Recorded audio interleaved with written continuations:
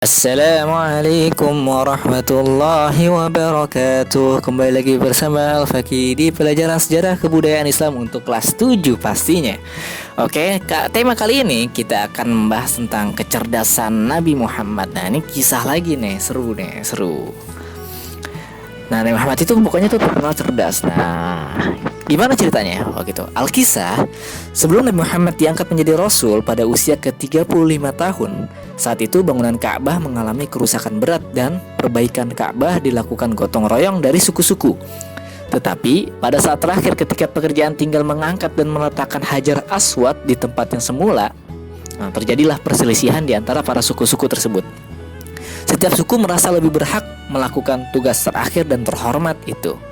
Nah, intinya di sini tuh Ka'bah itu dari zaman dulu, biar kata orang-orang Arab pada saat itu jahiliyah, menyembah berhala, tapi tuh Ka'bah itu dianggap sebagai tempat yang suci dari zaman Nabi Adam. Soalnya sampai sekarang Ka'bah itu adalah tempat untuk pergi haji.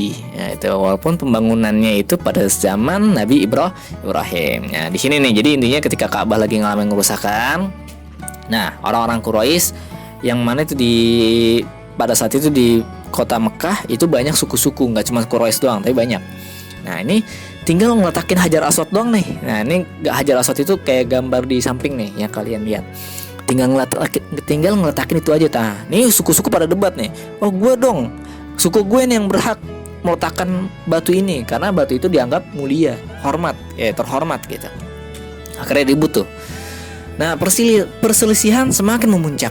Dan dari musyawarah para pemimpin Quraisy sepakat bahwa orang yang pertama masuk ke Ka'bah melalui pintu Syafa akan dijadikan hakim untuk memutuskan perkara yang sulit ini. Udah, kata orang-orang Quraisy, udah daripada kita ribut, udah kita minta pendapat orang siapa yang pertama masuk ke Ka'bah melalui pintu Syafa. Nah, dia dijadiin hakim, dia memutusin siapa yang lebih berhak nih, gue apa lo gitu. Kalau bahasa kitanya gitu.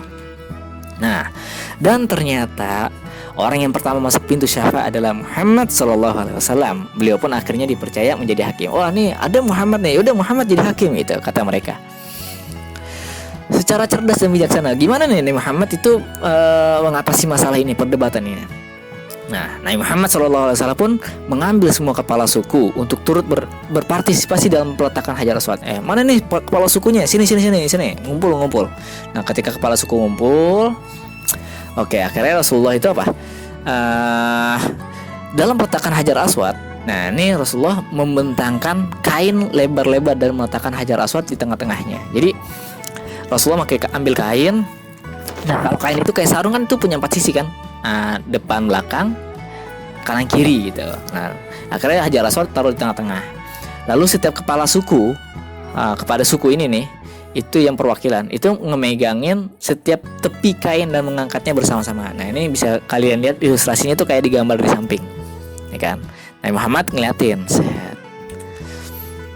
Setelah sampai di tempat yang pengen diletakkan, nah pada ketinggian tempat Hajar Aswad, beliau pun meletakkan batu tersebut pada tempatnya semula. Dengan demikian, perselisihan dapat diselesaikan dengan bijaksana dan semua suku merasa puas dengan cara penyelesaian masalah dengan yang diambil oleh Nabi Muhammad SAW. Hal inilah mengapa beliau diberi gelar Al-Amin, dapat dipercaya. Oke, yang tadinya ribut-ribut, akhirnya ketika ada Rasulullah, ya udah daripada ribut-ribut, ya udah deh tengah-tengah aja deh, ambil kain gitu, kepala suku masing-masing megang sisi-sisi kain, Hajar Aswad ditaruh tengah-tengah kain. Ketika sampai di tempat Hajar Aswad yang akan diletakkan, Nabi Muhammad sendiri tuh yang letakin Hajar Aswad. Wah, keren gak Nabi Muhammad? Akhirnya yang lain yang tadinya berantem jadi gak berantem. Oke, itu aja kisah singkat untuk menggambarkan sosok cerdasnya Nabi Muhammad SAW. Jika ada yang pertanyaan, ajukan di kolom komentar. Oke, cukup sekian. Wassalamualaikum warahmatullahi wabarakatuh.